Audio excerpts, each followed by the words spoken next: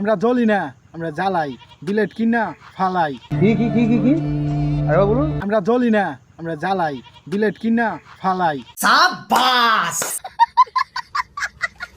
কেন ভাই শুধু শুধু বিলেট কিনে টাকা নষ্ট করিস কেন? বাড়িতে যদি কোদাল থাকে তাহলে কোদাল দিয়েই কাটতে পারিস। বেশি আলবাল বকলে না কানের গোড়া একটা থাবড়া মারবো।